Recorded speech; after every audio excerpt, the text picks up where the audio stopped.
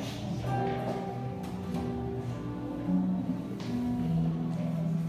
kita belum lagi.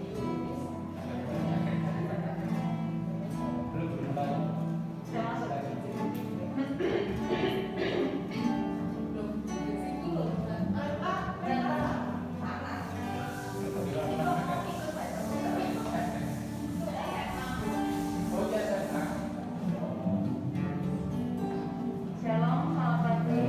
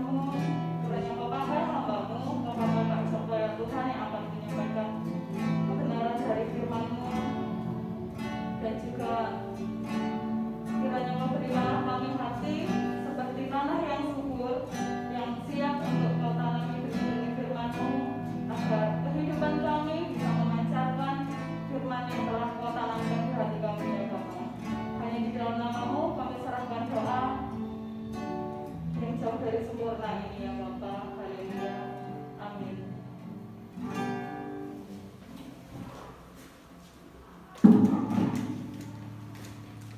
Bisa maju lagi? Yuk maju aja.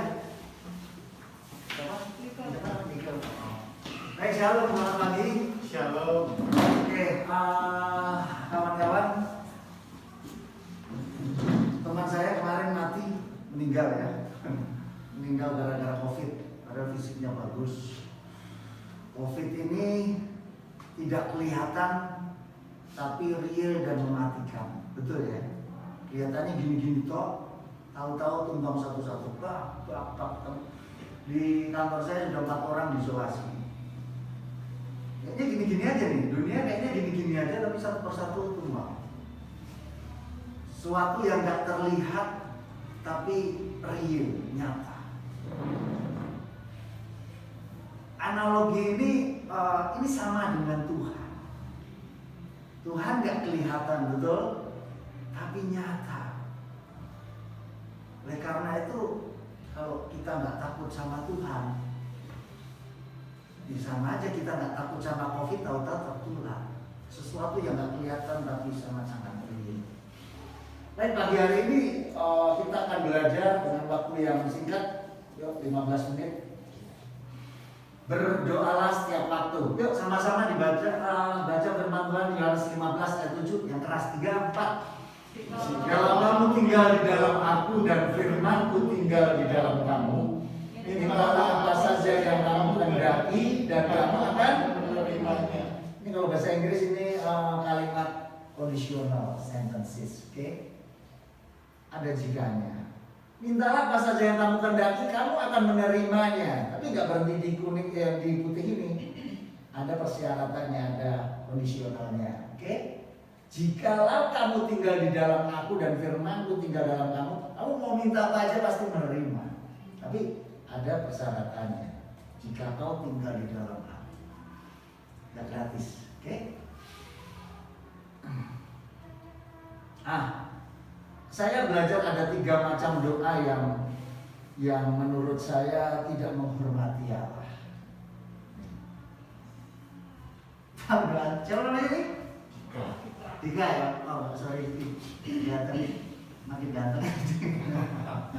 Ada doa laporan, begitu bangun tidur, dia masuk.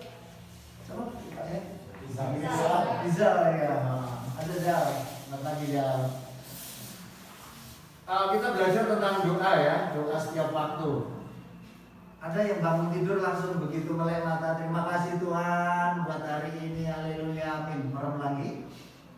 Itu sama aja. Perwira upacara laporan sama hirupnya. Lapor upacara siap, dimulai. Lanjutkan, terus dia tidur lagi, gitu ya. Di sini pasti gak ada yang begitu ya. Doanya gak ada yang begitu ya. Atau kalau makan, amin. Gitu. Kalau mau mandi, ada yang pernah berdoa mau mandi? Saya dulu pas di kamar kecil pernah berdoa.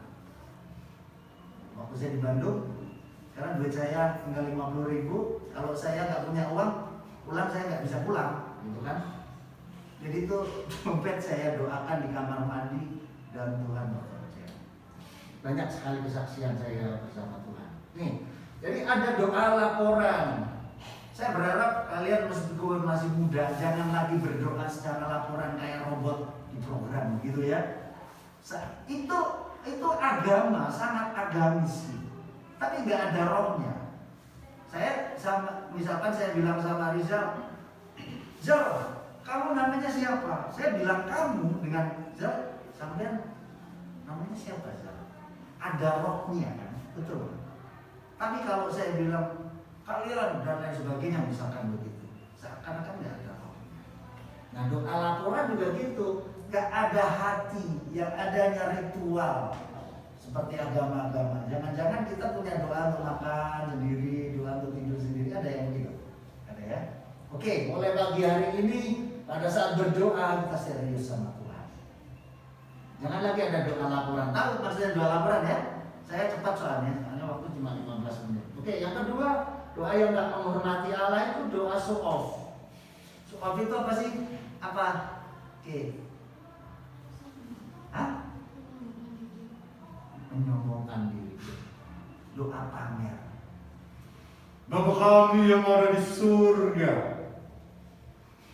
Pagi hari ini Tuhan, dan lain sebagainya.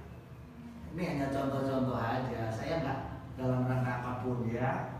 Tetapi ada semangat biasa aja gitu loh. Kita datang sama Bapak kita ya dengan hati, nggak perlu yang dibuat-buat. Ada bentuk doa yang menunjukkan kepintarannya mengucapkan kalimat doa, tapi sebenarnya dia nggak berdoa. Pernah kita merasakan ada orang-orang Kristen yang seperti itu? Mungkin belum ya, mudah-mudahan nggak ada. Nah ini ada doa yang begitu, jadi mau show off. Ini loh aku rohani, gitu kan, bukan rohana. Cari pujian sandingan begitu. Nah ini kayak di Matius 6 ayat 5-7, supaya tujuannya adalah mereka dilihat orang. Akhirnya mereka sudah mendapatkan upahnya. Kalau tujuan kita berdoa hanya untuk dilihat orang, ya upahnya itu aja. Kemudian ada lagi doa yang bertele-tele, muter-muter. Aduh. Kalau pas gini lupa saya. Bertele-tele gitu. Ada orang-orang Kristen yang doanya bertele-tele, nggak usah. Doa itu urusan kita.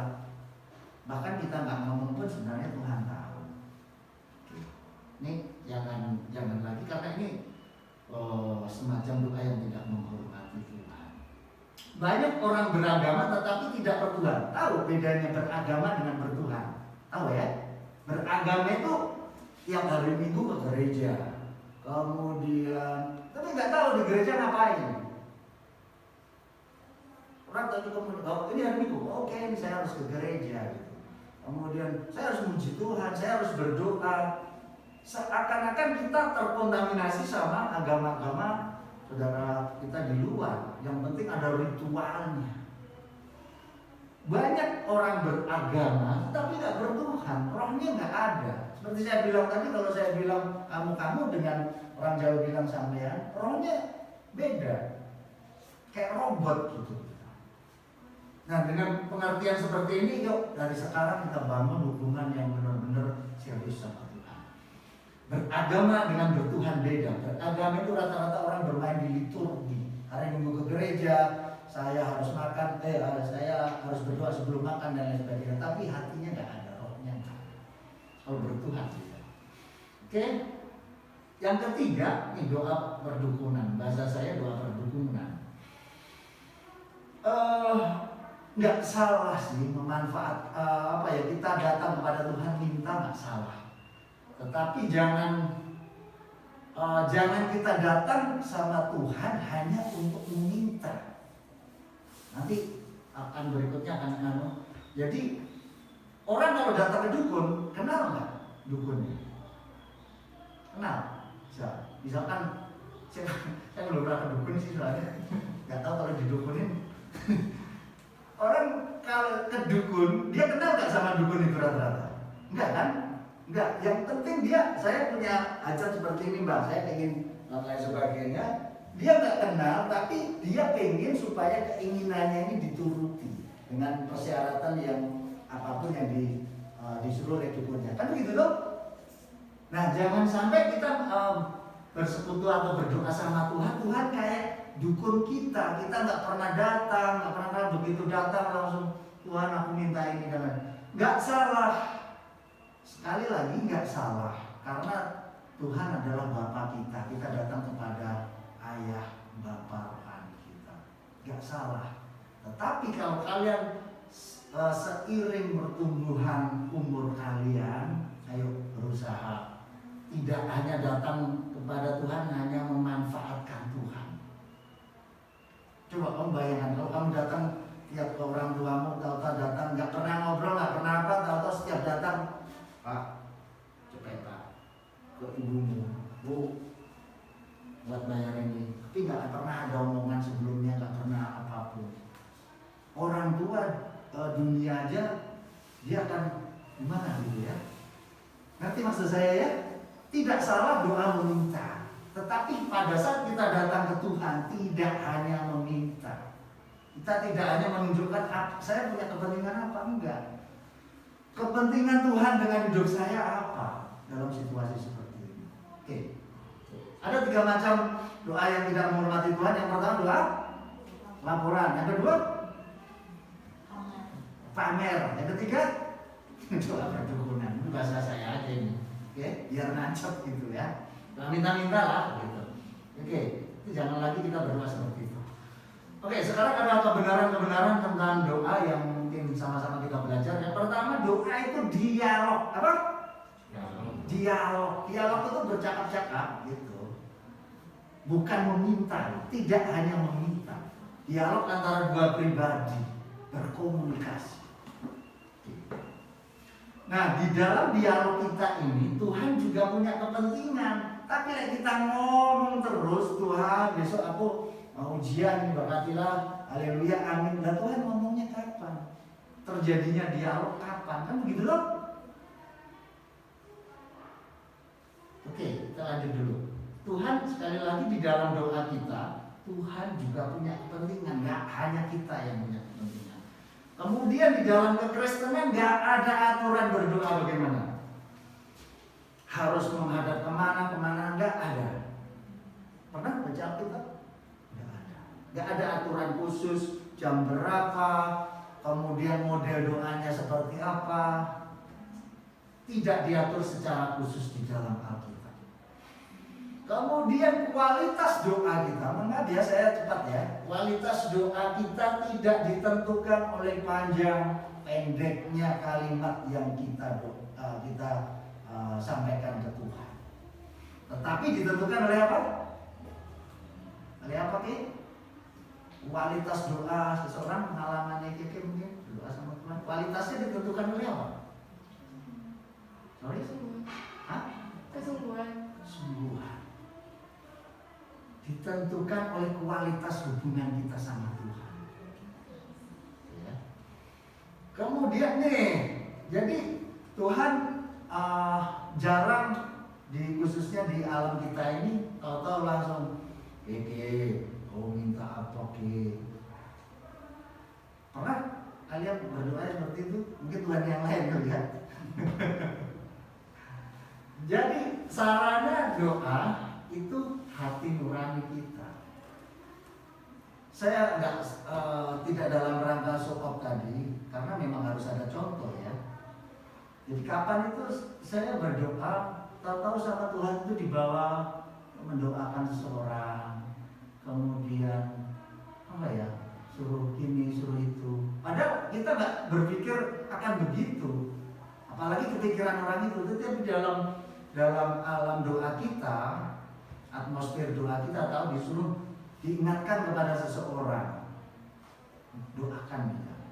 Bahkan mungkin orang-orang sering bukan orang-orang seiman dengan kita, gitu ya.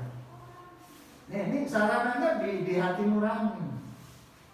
Oleh karena itu, ya, perlu kecerdasan roh. Kecerdasan roh adalah kemampuan kita untuk menghayati kehadiran Tuhan. Cerdas rohnya. Di dalam doa kita akan dibawa, kalau kita serius sama Tuhan, kita tidak seperti mesin tadi ya, doa laporan seperti tadi.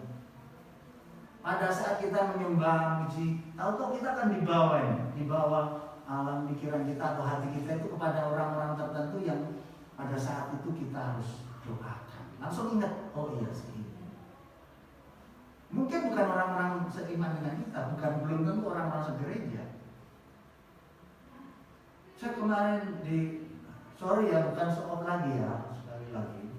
Ada tetangga saya itu rumahnya dibakar sama anaknya agak stres, habis.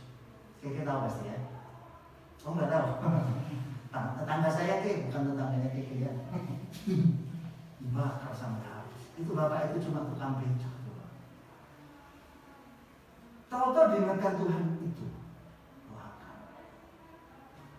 Jadi harus serius sama Tuhan. Makanya doa jangan main-main. Jangan laporan lagi, bangun tidur langsung tanpa cuci muka langsung terima kasih Tuhan buat hari ini, haleluya, aku mau pesan di sini di dalam nama Tuhan Yesus berdoa, amin. Itu kalau saya Tuhan datang celeng itu. Kurang ajar itu. Iya. Tapi Tuhan nggak sejahtera ya. Nah. Doa juga bukan sarana mengatur-atur Tuhan, membujuk, merayu, memaksa Tuhan, mengklaim janjinya. Wih, sadis itu. Saya dulu sering ada klaim janjinya. Kita ini siapa mengklaim janjinya Tuhan? Coba, kalau aku jadi bapak nih, kakak atau anak saya Kikio, Pak, bapak kan dulu pernah janji gini-gini kan? Gitu. Wih, itu sebagai orang tua jasmani aja kayak gitu. Kok anakku gini ya? Gitu. Apalagi bapak kita yang surga. Jadi bentuk klaim janji Tuhan menurut saya benar itu. Kita siapa bisa mengklaim janjinya Tuhan? Ya toh? Gak menghormati Tuhan. Bagi saya gak menghormati Tuhan. Tuhan pasti gak mungkin salah dengan janjinya. Oke, bagaimana sekarang berdoa untuk kebutuhan jasmani kita? Kan sering kan kita berdoa untuk pemenuhan kebutuhan jasmani toh, mau ujian, mau dan lain sebagainya. Nah, satu hal rekan-rekan, kebutuhan jasmani itu hukumnya adalah hukum tabur tuai, hukum sebab akibat, hukum fisika kedua kalau masalah, hukum Newton kedua, aksi dan reaksi. Oke. Sehingga, yuk kita baca dulu Galatia 6 ayat 58, 34. Sebab tiap-tiap orang akan memikul tanggungannya sendiri, dan baiklah dia yang menerima pengajaran dalam firman membagi segala sesuatu yang ada padanya dengan orang yang memberikan pengajaran itu. Jangan sesat. 34. Allah tidak membiarkan dirinya dipermainkan, karena apa yang ditabur orang itu juga yang akan dituai. Tuhan tidak akan mengerusui, bahasa Indonesia mengerusui ya, menginvensi atau mencampuri hukum ini. Bahkan kalian nggak kenal Tuhan pun, atau orang-orang yang nggak kenal Tuhan pun, kalau urusan dunia nih banyak yang sukses, betul? Orang komunis, orang nggak percaya Tuhan, kalau dia bekerja keras, dia cerdas, dia jujur dan lain sebagainya, sukses. Di mana Tuhan pada saat seperti itu? Tuhan nggak akan mengintervensi hukum ini. Siap kamu bekerja, kau akan makan. Kau belajar, kau akan sukses. Kemarin anak saya kakak, waktu mau pengumuman ini, kau berdoa kan?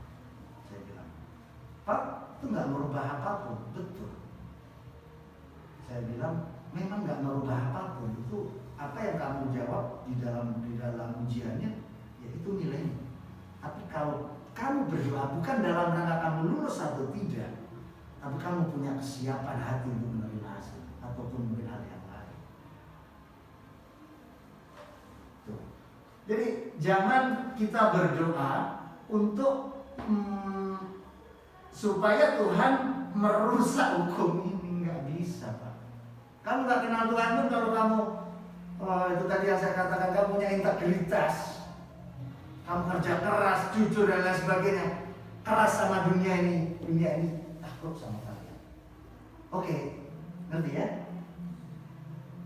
Kok berintegritas pasti diberkati. Ini hukum dunia, Tuhan nggak mau intervensi urusan hukum ini. Hukum Newton 2 ini, hukum aksi reaksi, hukum sebab akibat. Kau punya memiliki integritas, kamu jujur baik, kerja keras, cerdas dan lain sebagainya.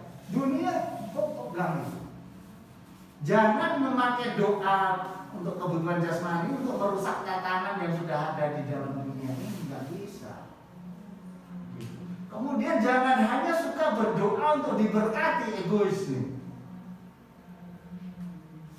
Kemudian doa juga bukan sarana lari dari tanggung jawab. Tuhan, aku belajar tuh agak kacau, Tuhan kiranya Kau memberkati. Bisa berubah kamu begitu? Bisa menjawab soal ujian? Kemungkinan bisa, tapi itu spekulasi, try error, oke? Tapi Tuhan nggak akan merubah. Oi Keke, kamu anakku, udah gak usah belajar. Terus awalnya jawab D, kayaknya dalam hati saya C, ternyata betul. Itu kan hanya try error, toh? Oke. Nah, bicara tentang berkat, Tuhan tahu kapasitas seseorang. Ini asik. Kalau mau berdoa minta berberkat, berjuang dan lain sebagainya, ada orang-orang tertentu yang memang kalau dari sisi berkat diberkati maupun tidak diberkati sesuai, artinya Tuhan memberikan berkat itu sesuai dengan kapasitasnya. Kalau model kayak saya ini misalkan ya, Pak Joko ini kalau diberkati lebih-lebih sombong orang ini, model-model kayak gini, ya Tuhan gak kasih itu. Walaupun kita sudah berjuang keras, karena itu juga demi kebaikan kita. Ya, Tuhan ngerti kapasitas. Oke, saya kasih ini sama Kiki. Ada orang yang gak kuat diberkati, nanti pada saat dapatkan berkat banyak, orang itu bisa jadi malah dia lari dari Tuhan. Untuk kesembuhan juga sama. Doa tentang kesembuhan, pada saat Tuhan izinkan mujizat terjadi kepada orang-orang tertentu dengan sembuh dan lain sebagainya. Tetapi setelah dia sembuh, tanggung jawab dia adalah mencari Tuhan. Jangan mengejar itu terus. Mudah-mudahan mengerti ya, saya nggak bisa membahasakan lebih sistemik gitu ya. Oke, hal yang mengerikan adalah kamu sudah hebat menangging-nangging orang kerasukan dan lain sebagainya. Kamu misalkan ini sudah berdoa minta mujizat dan lain sebagainya, diberkati Tuhan, tapi kalau ujungnya kamu tidak dikenal Tuhan di kekekalan nanti, apa? Sekarang cepat sekali kok ya. Iya. Sekarang bagaimana tuh berdoa? Berdoa secara khusus. Oke. Cara berdoa ada dua, berdoa secara khusus atau terbatas. Siapkan tempat dan waktu. Minimal 30 menit. Ini saya pakai ini, bukan sok bagaimana. Saya paksakan diri saya bangun pagi, saya langsung mandi. Pasti berbeda secara teknis, akan berbeda. Kamu bangun tidur atau pas ini, kemudian langsung duduk berdoa. Beda. Saya sudah sering merasakan pada saat saya bangun langsung mandi, saya siapkan fisik saya, mandi ganti baju, saya mau menghadap komandan saya, menghadap Allah saya. Berbeda, silakan praktekkan. Daripada hanya asal-asalan kamu menghadap Tuhan. Siapkan waktunya. Kapan waktu terbaikmu? Kalau saya bangun pagi, saya setel alarm saya 2 kali, jam 4 sampai setengah 5. Kalau saya tidak bangun di jam 4, setengah 5 saya harus bangun. Lewat dari itu saya akan menyesal. Lewat selesai hari. 30 menit kita ujian penyembahan. Siapkan tubuh kondisi prima, alamnya jangan begadang, nggak dikejar-kejar tugas, dan siapkan ruangan khusus. Kalau ada, kalau tidak ada, apapun itu bisa dipakai. Ini prime time, waktu terbaikku sama Tuhan. Siapkan. Memang tidak ada aturan khusus di dalam berdoa ya, tapi ini kita siapkan diri kita dalam 1 hari. Waktu terbaik saya untuk datang sama Allah saya kapan? Jangan lewatkan hari begitu aja. Kalau tahu-tahu waktu itu habis, ini kayak dukun lagi. Kamu gak pernah datang sama Tuhan, tahu-tahu kok aku di tempat yang kayak gini Tuhan. Dan kita gak pernah ketemu sama Tuhan. Tiap hari minimal usahakan 30 menit dalam 1 hari. Paksakan diri. Saya awalnya juga berat. Sekarang, indah sekali datang sama Tuhan. Tuhan kita bisa dinikmati. Amin. Yang kedua, doa secara umum. Ini dialog sama Tuhan bisa di mana aja, kapan saja, dalam keadaan apapun, sedang mengerjakan apapun. Ingat urusannya hati kita, oke? Yang berdialog adalah hati kita. Tidak didengar orang lain, tapi yang berbicara adalah pikiran dan hati kita. Pada saat kita mendapat masalah, komunikasikan itu dengan Tuhan. Selalu hidup dalam hadirat Tuhan setiap hari dalam keadaan apapun, tidak ada ruginya. Dan doa seperti ini nggak mungkin dimiliki orang yang nggak menyiapkan diri 30 menit 1 hari tadi. Oke? Percaya sama saya. Saya di jalan begitu sudah selesai doa 30 menit, saya persiapan langsung berangkat naik motor. Pada saat itu saya tetap berusaha untuk berada dalam hadirat Tuhan. Itu sudah sekali. Oke? Yang terakhir, orang yang biasa berdialog dengan Tuhan, kalimat doanya akan mengalir dengan sendirinya secara tulus. Dia tidak memfokuskan ini. Aku mikirin mau kalimat apa ya? Tapi hatinya yang berbicara tulus. Oke? Tapi itu harus dilatih setiap hari. Ketemu Tuhan. Indah benar ketemu Tuhan. Kok bisa nangis sendiri tahu-tahu kamu mengingat Diingatkan Tuhan ke orang-orang yang tidak seberuntung kita dan lain sebagainya. Pada saat nanti kita di kekekalan ketemu orang-orang itu. Dengan berdoa setiap waktu kita akan bertumbuh dan menangkap rema setiap peristiwa. Kita akan mengasihi Tuhan dengan benar. Kalau kamu nggak pernah berkomunikasi dengan Tuhan, kamu nggak akan tahu kenal siapa Tuhan. Jangan menuntut Tuhan mengabulkan doamu, tapi tuntutlah dirimu agar bisa memenuhi keinginan Tuhan. Sekalipun berdoa setiap hari, kalau kamu tidak hidup sesuai dengan kehendak Tuhan, maka percakapanmu kayak robot tadi. Oke? Jadi sangat erat urusannya berdoa dengan kehidupan kita keseharian, berbicara, berpikir dan lain sebagainya. Hidup kudus. Mari kita berdoa.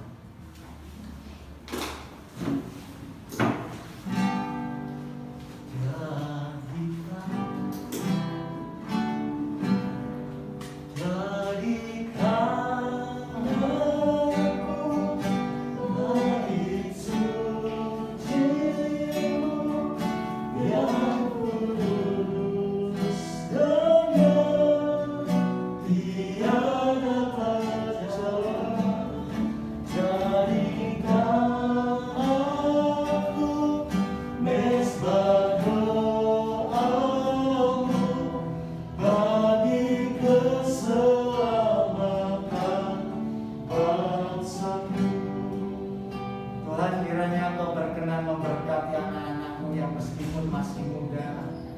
Biarlah roh takut akan Tuhan dan kerinduan mencari wajah Tuhan di dalam dialog bercakap-cakap dengan Tuhan setiap harinya.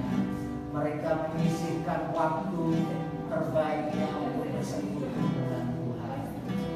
Biarlah pengenalan kebenaran-kebenaran yang baru akan firman-Mu ada dan mempersiapkan kehidupan mereka untuk mengerti kebenaran itu. Memberkati anak-anak muda ini Tuhan, meskipun mereka masih muda, biarlah pengenalan akan Tuhan selalu bertambah dan memperlengkapi kehidupannya. Terima kasih Bapa, di dalam nama Tuhan Yesus kami ucap syukur dan berdoa. Amin. Terima kasih.